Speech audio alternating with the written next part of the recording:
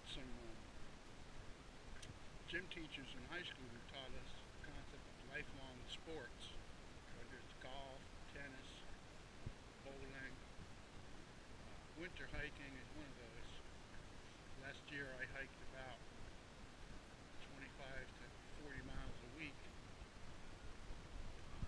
in the dark. It was a really neat park. I went out every night. I grew up looking silly like this. I say silly guy, serious cycling, but maybe nice to hear the wind. This has been a really pleasant walk. I'm ending up at the town center.